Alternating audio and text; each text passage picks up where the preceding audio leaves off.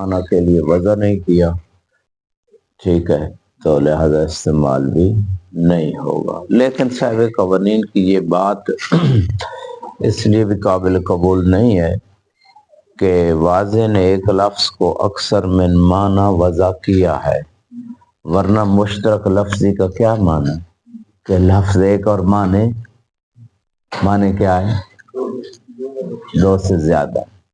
مشترک لفظی میں لفظ ایک اور معنی زیادہ ہے، تو اس کا معنی یہ ہے کہ واضح تو وضع کی، تو جب وضع کیا تو استعمال بھی ہو سکتا، وضع استعمال کے لیے کی، ٹھیک، لیکن استعمال کے لیے کرنا چاہیے ہر معنی۔ اللہ کل حال یہ بات تھی پچھلی بات۔ آج ہماری بات ہے 13ویں امر میں، جو مقدمہ کا آخری امر ہے، یعنی مقدمہ کفایہ میں جو انہوں نے امور ذکر کیے ہیں اس میں سے آخری اور 13واں امر وہ ہے مشتق کی باس، اور 14واں غائب ہے، 13 موجود ہے، ٹھیک ہے، یہ تو ہمارا عقیدہ بھی ہے۔ اب یہاں پہ مشتق کا لغوی معنی انہوں نے بیان نہیں کیا، ٹھیک ہے نا، مشتق اس میں مفعول ہے یا مصدر میمی بھی سے کہہ سکتے ہیں، لیکن اس میں مفعول ہی مراد لینا چاہیے، کیونکہ جو کسی سے نکلا ہو اسے کیا کہتے ہیں؟ مشتق کہتے ہیں، اور دوسرا جس سے نکلا ہو اسے کیا کہتے ہیں؟ مصدر بھی کہتے ہیں اور مشتق من ہو بھی کہتے ہیں، ٹھیک ہے نا، جس سے نکلا ہے، اور مصدر یعنی صدور کی جگہ، محل صدور، جہاں سے چیزیں صادر ہوتی نکلتی۔ تو یہ اختلاف کوفیوں اور بصریوں میں اختلاف ہے کہ اصل جو ہے مشتقات جس سے سارے مشتقات نکلتے ہیں اس میں اصل کیا ہے؟ بصریوں اور کوفیوں کے اختلاف میں بصری کہتے ہیں مصدر اصل ہے، وہاں سے ساری چیزیں نکل رہی، ٹھیک ہے، جیسے مٹی، اسی سے گندم دانہ نکل رہا ہے، اسی مٹی سے اللہ نے انسان کو خلق کیا، منہا خلقناکم وفیہا نعیدکم ومنہا نخرجکم تارۃ اخری، تو یہ مٹی سے انسان بنا، ٹھیک ہے، اور مٹی سے یہ ساری چیزیں، یہ اینٹیں بن کے مکان بنے، تو ان مکانوں کا یہ مشتق ہے، اور ان کا مشتق من ہو زمین ہے، گندم جتنی زراعت ہو رہی ہے، پودے، پھل پھول، یہ ساری چیزیں جو ہے نا یہ مشتق ہو رہی ہیں، نکل رہی ہیں، لیکن ان کا مشتق من ہو کیا ہے؟ زمین ہے، مٹی ہے، ٹھیک ہو گیا۔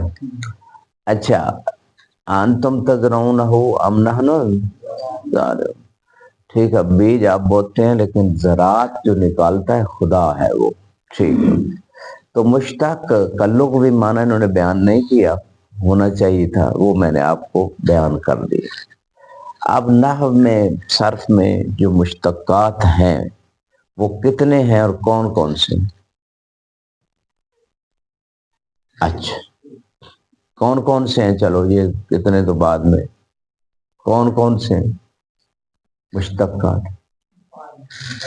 ہاں، اس میں فاعل، اس میں مفعول، اس میں زمان، اس میں مکان، صفت مشبہ، صیغہ مبالغہ، اس میں آلہ، تو یہ جو مشتقات ہیں، اور یہ سارے مشتقات جو ہے وہ مصدر سے نکلتے ہیں، صرف اور اس میں نحو میں۔ اب آ جاتے ہیں یہاں پہ محل نزاع، اصل چیز یہاں پہلے ابھی بات آئے گی ہماری کہ اصولی مشتق اور نحوی مشتق میں کوئی فرق ہے یا ایک جیسے ہیں یا کیا ہے، اس میں تو بات آئے گی، لیکن ابھی ہماری بات ہے کہ محل نزاع کیا ہے، ٹھیک ہے۔ میرا خیال ہے محل نزاع کی بات انہوں نے پہلے کی ہے، حالانکہ محل نزاع کی بات بعد میں ہونی چاہیے، پہلے مشتق اصولی اور نحوی میں پتہ چل جائے کہ اصولی کی، علیہ السلام ورحمۃ اللہ، بحث کس میں ہے، اصولی کی بحث کس میں ہے، اور پھر اس کے بعد آئے بحث کہ اصولیوں میں اختلاف کس چیز میں ہے، ٹھیک ہے۔ تو میں ترتیب کو اس لیے بدل رہا ہوں کہ یہ طبیعی ترتیب ہے، پہلے محل نزاع سے پہلے مشتق پتہ چل جائے نحوی اور اصولی میں فرق ہے۔ اب سوال پیدا ہوتا ہے کہ اصولی کا مشتق اس کی تعریف کیا ہے، اور نحوی کا مشتق تو واضح ہو چکا، جو کسی چیز سے نکلے، لغتاً بھی یہی اور نحو میں بھی یہی ہے کہ جو مصدر سے نکلے اسے مشتق کہتے ہیں۔ اصولی کے ہاں مشتق کی تعریف کیا ہے؟ سبحکم اللہ علیہ۔ اصولی مشتق کسے کہتے ہیں؟ اصولی اسے مشتق کہتے ہیں کہ جو اپنے مبدا کے اوپر حمل ہو سکے۔ ٹھیک ہے، ذات متصف بالمبدا، ایک ایسی ذات جو مبدا سے متصف ہے، اور وہ جو مبدا سے متصف ہے جو ذات، اس ذات کے اوپر یہ مبدا حمل ہو سکے، اور حمل بھی ہوا ہے۔ زیدن ہوا ضاربن، الضارب ہوا زیدن، حمل ہو اسے کہتے ہیں ہوا، ٹھیک ہے، کوئی اور نہیں ہے، وہی ہے۔ حویہ بھی اس کو کہتے ہیں۔ اچھا، یہاں پہ جو محل لباس ہے وہ یہ ہے کہ اصولیوں کا مشتق یہ ہے کہ کوئی ذات متلبس ہے مبدا کے ساتھ۔ ضارب میں دو چیزیں ہیں، ضارب اس میں فاعل ہے، اس میں دو چیزیں ہیں۔ کون سی دو چیزیں ہیں؟ نہیں، وہ تو زمانہ کے اعتبار سے الگ بات ہے۔ ابھی خود جب ضارب کہتے ہیں تو آپ اس کا ترجمہ کیا کرتے ہیں؟ کوئی ایک مارنے والا مرد، ٹھیک ہے۔ تو اس ضارب میں کتنی چیزیں ہیں؟ ایک ہے ذات مفرد مذکر، ٹھیک ہے، ذات، اور دوسرا وہ ذات متصف ہے صفت ضرب کے ساتھ۔ تو ذات متلبس بالصفہ، یہ ہے ضارب کی حقیقت۔ باقی زمانہ اس میں کون کون سے ہے یہ ایک الگ بات ہے۔ اچھا جی، اب یہاں پہ ذات متلبس بالمبدا، ضارب میں ذات زید ہے، جو مبدا، ضارب کا مبدا، یعنی جس سے ضارب کی ابتدا ہوئی ہے، ضارب کا مبدا کیا ہے؟ ضرب ہے۔ ضرب مبدا ہے، یا مشتق منہ بھی کہتے ہیں، یا اس کو مصدر بھی کہتے ہیں۔ تو ضارب جو ہے نا، اس میں ایک ذات ہے واحد مذکر کی، زید اسے کہہ لیں، وہ ذات متصف ہے یا متلبس ہے ضرب کے ساتھ۔ تو مشتق اصولیوں کے ہاں وہ ہے کہ جس میں ذات مبدا کے ساتھ متصف ہو۔ مبدا یعنی وہ مصدر جو ہے وہ اس کی صفت بن رہا ہو کسی ذات کی، اسے مشتق کہتے ہیں۔ جس سے وہ مشتق نکلا ہے، اس مشتق میں ایک ذات ہے جو اسی مصدر سے متصف ہے، یعنی مصدر مبدا اس کی صفت بن رہی ہے۔ کس کی صفت بن رہی ہے مصدر؟ ذات کی صفت، ٹھیک ہے۔ یہ ہے اصولیوں کا مشتق۔ اب آ جاتے ہیں، یہ ابھی عبارتیں بند کرنے کتابوں میں ابھی آج تطبیق شاید ہو ہی نہیں سکے انشاءاللہ، تاکہ آپ کا ذہن کتاب کی طرف جائے۔ اب یہ ہے جب اصولیوں کا یعنی ایک عنوان ہے انہوں نے تعریف کی ہے کہ جو حمل ہوتا ہے ذات کے اوپر، اور انہوں نے کہا زیدن ضارب، عنوان ضارب، یہ حمل ہوتا ہے ذات زید پہ، یہ جو حمل ہو رہا ہے یہ مشتق ہے اصولیوں کا، اور یہ حاکی ہے یعنی حکایت کر رہا ہے، یہ عنوان جو ہے ضارب کا، یہ حکایت کر رہا ہے اس بات سے کہ ایک ذات وصف یعنی مبدا والے وصف کے ساتھ متصف، بس اس کی حکایت کر رہا ہے۔ جی، عالم کاتب ہے، ہاں، ذات متلبس بالوصف العلم، یا ذات متلبس بوصف الکتابہ۔ تو اس میں فاعل میں وہ ذات اس صفت سے متلبس ہوتی ہے، اور اس مفعول میں صفت اس ذات پہ واقع ہوتی ہے، مضروب ہے، مکتوب ہے۔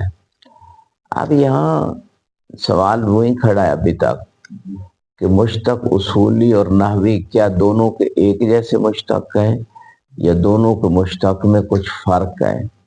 یعنی اصولیوں کے ہاں جو مشتق ہے وہ ممکن ہے وہ نحویوں کے ہاں نہ ہو، یا نحویوں کے ہاں بعض مشتق اصولیوں کے ہاں نہیں، یا بعض مشتق اصولی اور نحوی دونوں کے ہاں ہے، ٹھیک ہو؟ تو نسبت مشتق اصولی اور مشتق نحوی ان دونوں میں نسبت کیا ہے؟ نسبت کون کون سی ہوتی ہے؟ نسبت تساوی ہوتی، نسبت تباین ہوتی، نسبت عموم خصوص منواج اور مطلق۔ تو ان دونوں میں کون سی نسبت ہے؟ ہاں منواج کی نسبت عموم خصوص۔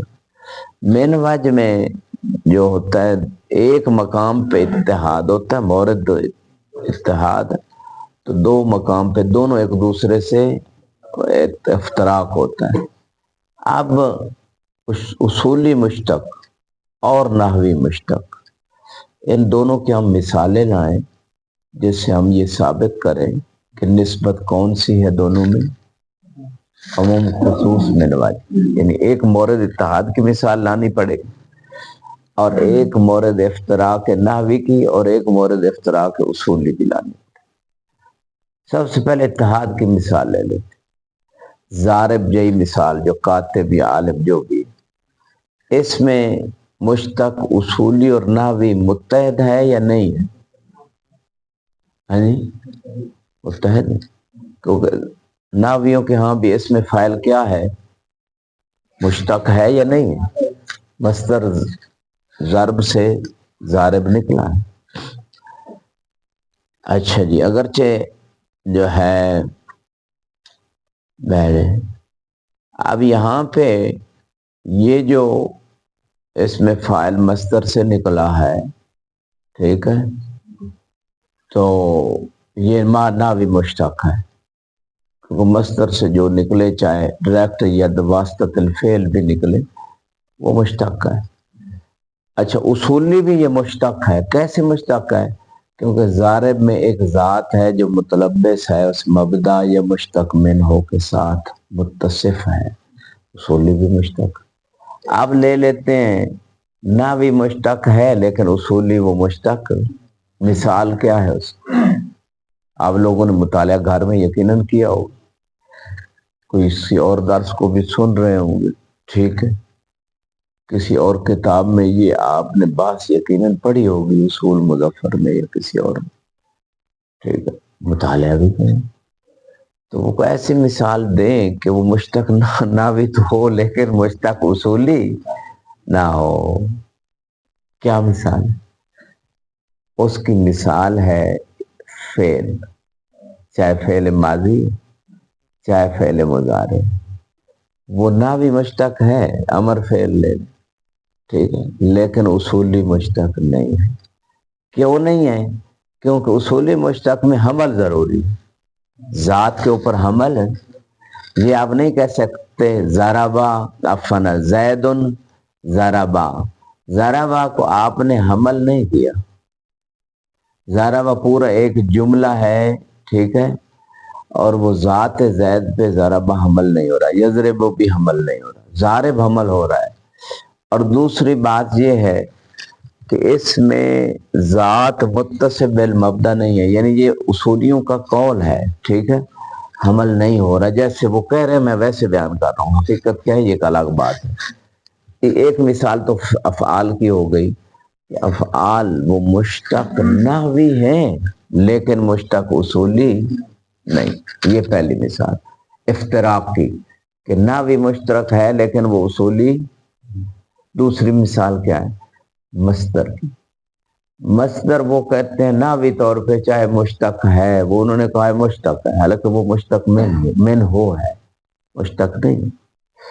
اور اصولی طور پہ مصدر وہ مشتق نہیں ہے، اصولیوں کے نزدیک مصدر مشتق نہیں ہے۔ کیوں؟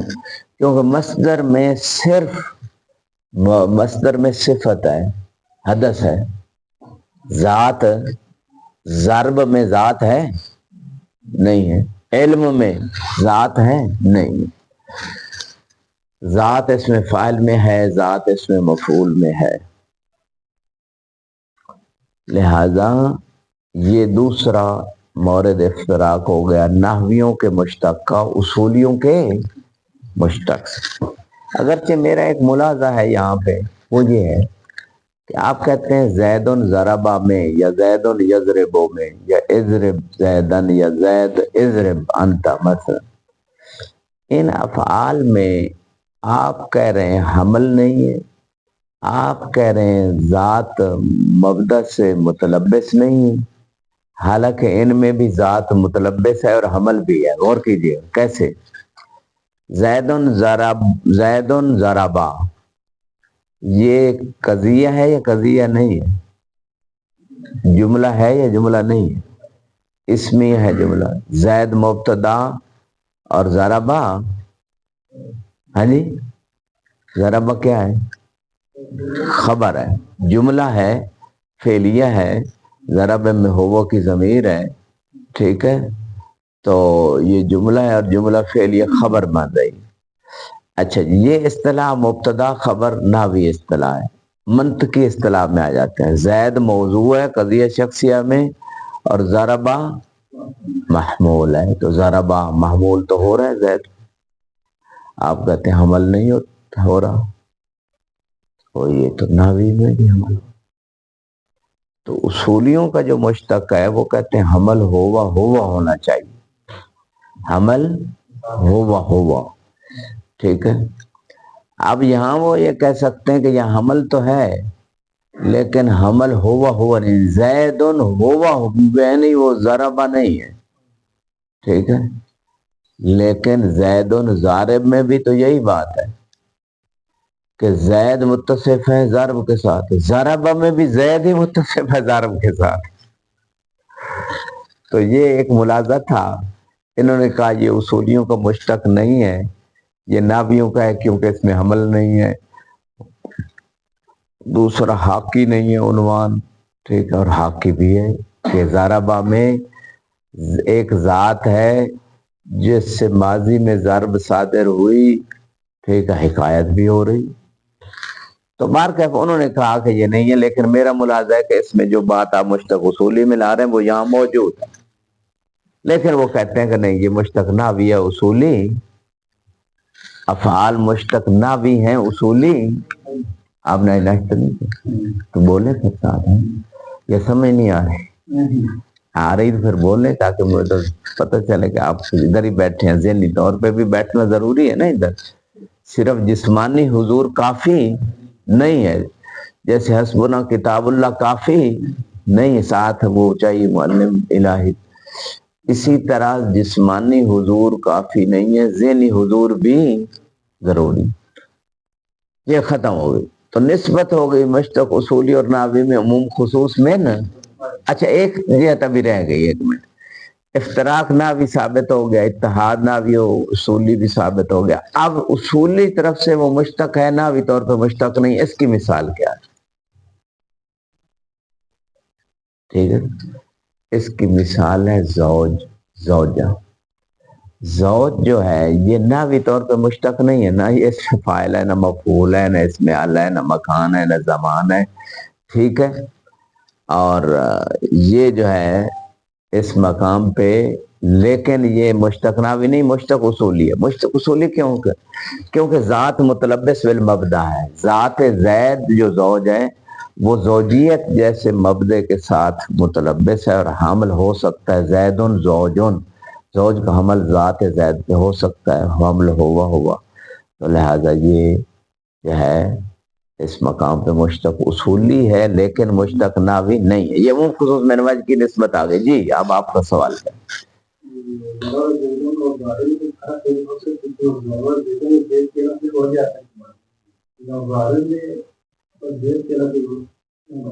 ظارف میں بھی زید منحصر نہیں، دیکھیں آپ نے چلو سوچا، اچھی کوشش کی، لیکن ضارب میں بھی زید منحصر نہیں ہے، ضارب کوئی ایک مذکر مرد مارنے والا، وہ زید ہو سکتا ہے، وہ خالد ہو سکتا ہے، وہ عمر ہو سکتا ہے، وہ عمر ہو سکتا ہے، وہ کوئی بھی ہو سکتا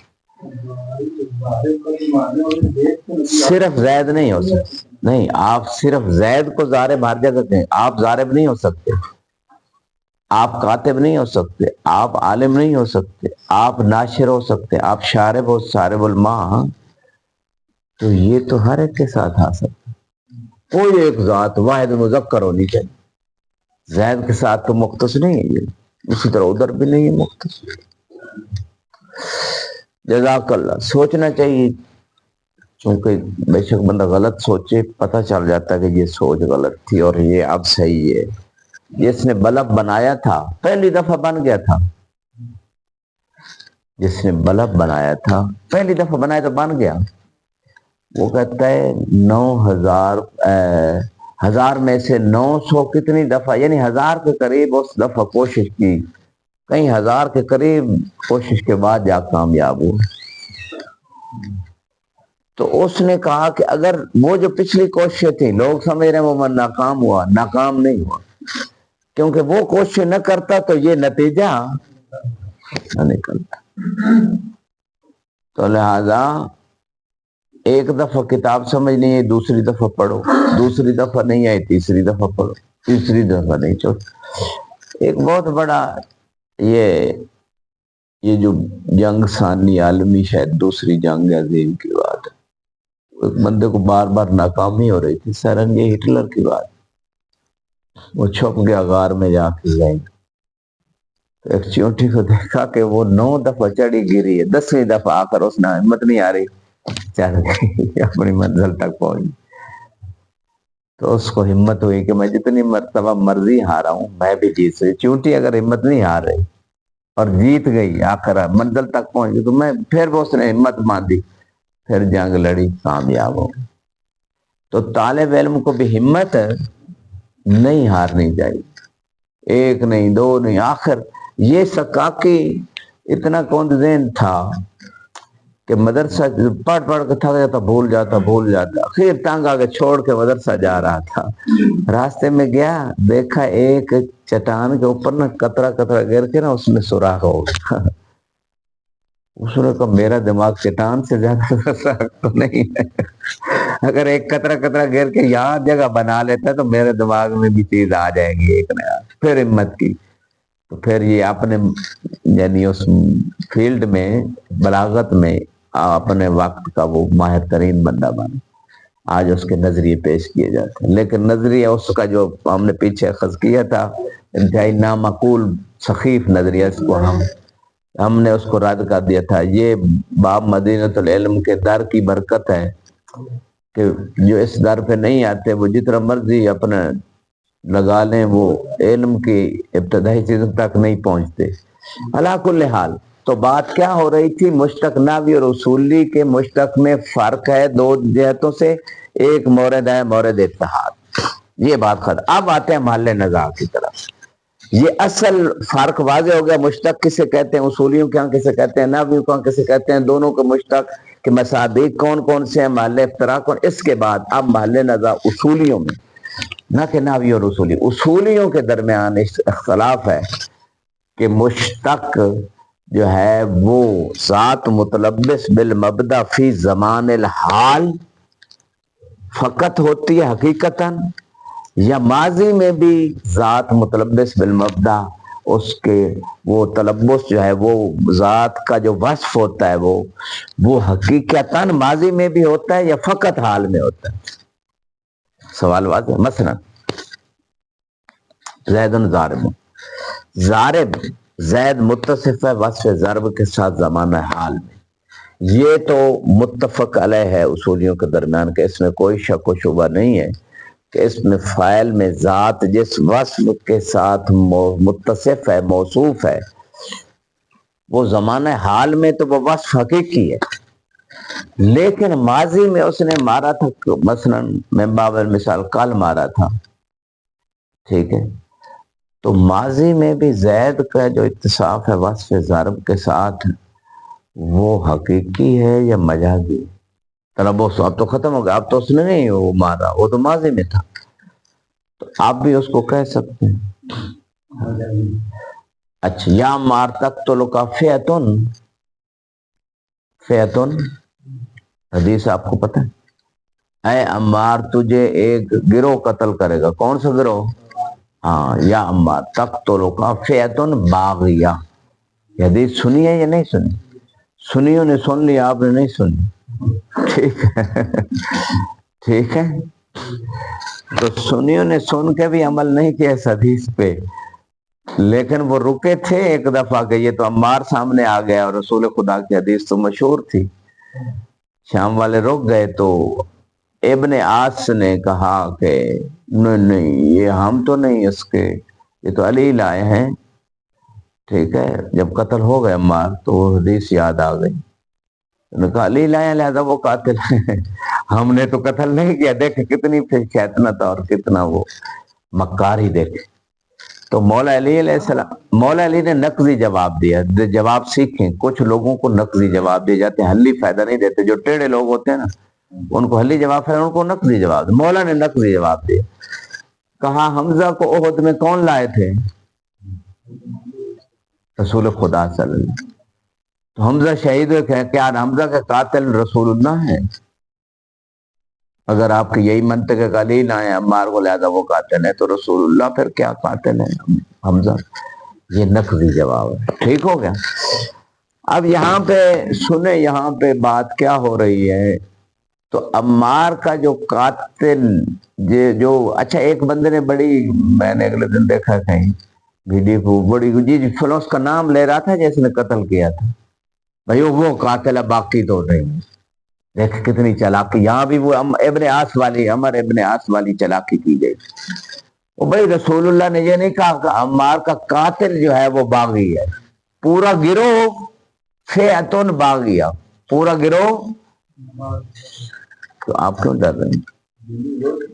کہ رسول اللہ نے ڈر آپ رہے ہیں، اور پورا گروہ باغی، اہل سنت علماء بھی کہتے ہیں کہ کھل کے جو واقع کچھ انصاف پسند وہ خود کہہ رہے ہیں اہل سنت علماء کہ پورا گروہ باغی ہے، رسول اللہ نے کہا، ٹھیک ہے نا؟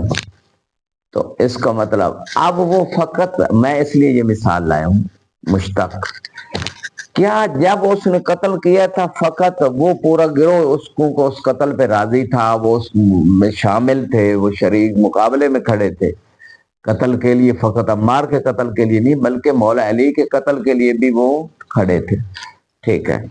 اب یہاں پہ سوال یہ ہے، وہ پورا گروہ فقط زمانہ حال میں اس کو قاتل کہیں گے یا باغی کہیں گے؟ چلو باغی، باغی اس میں فاعل ہے نا، اس گروہ کو فقط زمانہ حال میں باغی کہیں گے یا زمانہ ماضی میں بھی باغی کہیں گے، زمانہ استقبال میں بھی باغی کہیں گے؟ یہ ایک بات ہے۔ اصولیوں میں اس میں اتفاق ہے کہ زمانہ حال میں تو یہ بس حقیقتاً جو ہے ذات متلبس ہے اس بس کے ساتھ، قاتل زمانہ حال میں حقیقتاً قاتل ہے، باغی زمانہ حال میں حقیقتاً باغی ہے، مستقبل میں بھی اسے باغی کہیں گے، وہ کہتے ہیں مجازی ہے، اس میں بھی اتفاق اصولی، کوئی وصف ابھی ہوا نہیں ہے، ذات متلبس نہیں ہوئی مبدا کے ساتھ، لیکن استقبال کے اعتبار سے ہم اسے مجازن کہیں گے۔ جیسے مثال کے طور پہ پانی ابھی گرم نہیں ہوا، ٹینکی کا پانی سورج کی گرمی سے، اگر ہم کہیں کہ پانی گرم ہے سورج کی گرمی سے، ماء الٹنکی ماء القرحار، تو یہ حرارت والا وصف جو ہم دے رہے ہیں یہ مجازن دے رہے ہیں پانی کو مستقبل کے اعتبار سے۔ اچھا روایت میں ہے کہ سورج کی گرمی سے گرم شدہ پانی جو ہے اس سے وضو کرنا کیا ہے؟ مکروہ، ٹھیک ہے۔ اب یہاں بات آ گئی علماء میں، بالفعل اگر وہ پانی اس گرمیوں میں خصوصاً گرم ہوتا ہے ٹینکی کا پانی سورج کی گرمی سے، بالفعل گرم ہے تو وہ تو مکروہ ہے اس پانی سے وضو کرنا، لیکن اگر پہلے گرم ہوا تھا اور پھر بعد میں موسم ٹھنڈا ہو گیا تو وہ ٹھنڈا ہو گیا، تو پہلے جو گرم تھا اب گرم نہیں ہے، ماضی میں گرم تھا سورج کی گرمی سے، اب اس ٹھنڈے پانی سے جو پہلے گرم تھا سورج، وضو کرنا مکروہ ہے یا نہیں؟ اختلاف ہے علماء، جو کہتے ہیں ماضی میں بھی وصف کے ساتھ تلبس ہم حقیقتاً کہیں گے وہ مکروہ کا فتویٰ دیں گے، جو کہیں گے ماضی میں تلبس جو تھا اب ختم ہو گیا ہے تو ماضی کے تلبس کو ہم تلبس حقیقی نہیں کہیں گے بلکہ مجازی کہیں گے، وہ کراہت کے قائل ہیں۔ تو یہاں اختلاف ہے کہ وصف کے ساتھ ذات جو متصف ہے اس وصف کے ساتھ ماضی میں تھی متصف، اب وہ وصف ختم ہو گیا، تو اب اس کو ذات کو اس وصف کے ساتھ متصف قرار دینا مجازن ہے، یہ حقیقتاً ہے، یہ اختلاف ہے اصول میں۔ حال میں حقیقتاً ذات متصف ہے وصف کے ساتھ، یہ اتفاق ہے۔ مستقبل میں وصف کے ساتھ ذات متصف ہے، یہ مجازن ہے، اس میں بھی اتفاق، یعنی دو مورد اتفاق ہے اور ایک مورد ہے، ہاں جی، ایک مورد میں اختلاف اور دو میں اتفاق ہے۔ اتفاق کس میں ہے کہ زمانہ حال میں اگر ذات کسی وصف کے ساتھ متصف ہے تو یہ اتصاف کیا ہے؟ حقیقی ہے۔ زمانہ استقبال میں اگر ذات کسی وصف کے ساتھ متصف کریں، یعنی ابھی کریں اور ہونا اس نے بعد میں ہو، تو وہ اتصاف کیا ہے؟ مجازی۔ اور زمانہ ماضی میں اگر ذات ماضی میں تھا، ذات متصف تھی وصف کا، لیکن اب نہیں ہے، زمانہ ماضی کے اعتبار سے ہم اس ذات کو، اس وصف جو ماضی میں ختم ہو گیا، اس کے ساتھ اب ہم اس کو متصف کریں گے علی نحو الحقیقہ یا علی نحو المجاز، اس میں اختلاف۔ تو محل نزاع واضح ہوا یا نہیں ہوا؟ محل نزاع واضح ہو گیا؟ ٹھیک۔ اب یہاں پہ اس پوری بحث کے بعد ایک اور بات آتی، اور وہ بحث یہ ہے، خود اصولیوں میں اختلاف ہو گیا، ایک اور اختلاف، یہ ایک اختلاف تھا، دوسرا ایک اور اختلاف کہ مشتق جو اصولی ہیں، ان مشتق اصولی میں وہ مشتق ہیں، تعریف صادق آتی ہے اصولی، لیکن ان میں نزاع نہیں ہے، اتفاق ہے وہ مشتق اصولی، ناوی نہیں، لیکن ان میں کیا اصولیوں میں پھر کیا ہو گیا؟ اختلاف ہو گیا کہ کیا ان میں بھی بحث آئے گی یا اتفاق نہیں آئے گی۔ صاحب فضول کہتے ہیں اس میں فاعل اور صفت مشبہ یہ دو مشتق ہیں جن میں اختلاف اور محل نزاع ہے کہ ماضی کے اعتبار سے ذات اس وصف کے ساتھ متصف ہے حقیقتاً یا مجازاً، ان دو میں تو اختلاف ہے اصولیوں میں، لیکن باقی جو مشتق جتنے ہیں، اس میں زمان، اس میں مکان، اس میں آلہ، اس میں مفعول، ٹھیک ہو گیا، تو یہ جتنے باقی مشتق ہیں وہ کہتے ہیں ان میں اصولیوں میں اختلاف نہیں ہے، بلکہ اتفاق ہے کہ وہ ماضی میں بھی وہ جو ہے وہ متصف ہیں مبدا کے ساتھ، ٹھیک ہے، حقیقتاً، یہ کہہ رہے ہیں، تو اس میں اختلاف نہیں۔ لیکن مصنف کہتے ہیں کہ یہ جو صاحب فصول نے بات کی ہے، اس میں آلہ، اس مکان، اس میں زمان، اس میں مفعول یا باقی جو ہے، ان میں بھی اختلاف ہے، اصول میں متفق نہیں ہے اس بات پہ کہ ماضی کے اعتبار سے وہ حقیقی ہے یا مجازی، اس میں بھی اختلاف ہے۔ اچھا، اب صاحب فصول کی وہ بیان کر رہے ہیں کہ کیا وجہ ہے، انہوں نے اتفاق کی بات کیوں کی ہے؟ انہوں نے کہا اس کی ایک وجہ یہ ہے کیونکہ اغلب جو اصولیوں نے مثال دی ہے نا، یا اس میں فاعل کی دی ہے یا صفت مشبہ کی دی، تو انہوں نے سمجھا شاید اختلاف ہی نہیں دو میں ہے، حالانکہ یہ فقط مثال تھی، نہ کہ ان کا محل نزاع فقط ان دو میں تھا، ٹھیک ہے، فقط من باب الانسان۔ اور دوسری وجہ صاحب فصول کے انہوں نے یہ بیان کی ہے کہ وہ کہتے ہیں کہ فقط اس میں فاعل اور صفت مشبہ میں اختلاف ہے اصولیوں میں، باقی چیزوں میں نہیں ہے۔ اس کی وجہ یہ ہے کہ وہ کہتے ہیں کہ چونکہ اس میں زمان اور اس میں مکان، یعنی کوئی فعل کسی جگہ ہونا یا کسی زمانے میں ہونا، ٹھیک ہے، ذات کا متلبس ہونا کسی وصف کے ساتھ کسی زمانہ میں یا کسی مکان میں، یہ حقیقتاً ہوتا ہے، مجازاً نہیں ہوتا۔ یا مثال کے طور پہ اس میں آلہ ہے تو اس آلے کا استعمال حال میں، ماضی میں، حقیقتاً، مجازاً نہیں۔ تو وہ ساری یہ مثالیں لا کے اس طرح مفعول ہے، اس پہ ضرب واقع ہوئی ہے تو ماضی میں بھی حقیقتاً ہے، حال میں بھی حقیقتاً. تو وہ کہتے ہیں یہ سارے موارد ہیں جہاں سب میں یہ باحقیقی تلبس ہے، مجازی نہیں، تو لہذا اختلاف نہیں. تو دوسرے اصول نے کہا نہیں ایسی بات نہیں، اس میں بھی باس ہے، اس میں بھی اختلاف. واضح شیخ نے. اب یہاں یہ بات تو ہو گئی، یہاں پہ آ کے ختم. ایک اور بات یہاں پہ ایک مثال لے کے آئے ہیں. وہ مثال میں آپ کو ایز اے سوال دے رہا ہوں، آپ نے مطالعہ کرنا ہے، ٹھیک ہے، آپ نے اس سوال پہ سوچنا ہے، اور وہ موجود ہے یہاں، مثال کتاب میں بھی موجود ہے، اور اس کی تطبیق کرنی ہے. یہ ساری محل نزاع کی تطبیق اس مثال پہ کیسے ہوگی؟ مثال انہوں نے یہ دی ہے کہ اگر ایک شوہر کی 3 بیویاں، یہ مثال غالباً واقعی نہیں ہے لیکن ایک مثال مفروضہ لی گئی. بڑی بیوی نے اس کی چھوٹی بیوی کو دودھ پلا دیا، ٹھیک ہے، تو دودھ بھی اس میں رضاعت جو تھی وہ شرعی ہو گئی. رضاعت شرعی کیسے ثابت ہوتی؟ 2 سال کے اندر.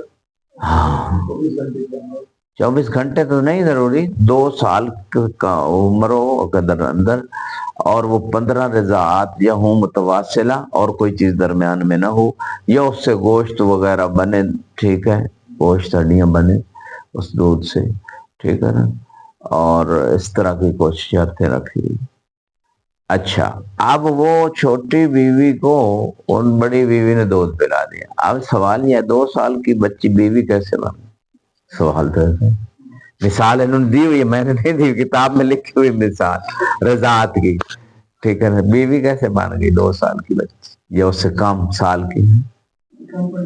اب فقط نکاح سے عقد، ٹھیک ہے نا، تو عقد ولی نے کیا. ہاں اب یہاں پہ یہ غالباً واقع میں ہوتا نہیں ہے لیکن ایک مفروض ہے.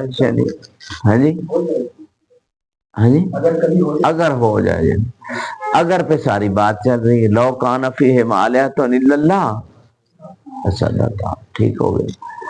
اب یہاں پہ سوال یہ اٹھایا گیا کہ بڑی بیوی نے چھوٹی بیوی کو دودھ پلا دیا. اب کون سی بیوی حرام ہوگی؟ رضاعت شرعی پوری ہو گئی، وہ حرام ہو گئی. کیوں حرام ہوئی؟ وہ تو یہ بچی کی ماں بنی ہے، شوہر کی ماں تو نہیں بنی. ٹھیک ہے، تو شوہر پہ کیوں حرام ہو گئی؟ بچی کی ماں بن جی، ہاں یہ ہے، ٹھیک ہے نا. وحرمت علیکم امہات نسائکم، یہ قرآن میں ہے کہ تمہارے پر حرام ہے تمہاری بیویوں کی مائیں بھی، ٹھیک ہے. اب چونکہ یہ بیوی ہو گئی، چھوٹی بیوی بچی جو ہے نکاح سے، تو وہ بڑی بھی ماں بننے کی وجہ سے حرام ہو گئی. اچھا، تو یہ بچی یہ جو ہے یہ بیوی یہ بھی حرام ہو گئی یا نہیں ہوگی؟ ہاں جی، ہاں ماں کی یہ یعنی اس زوجہ کی بیٹی بنے گی.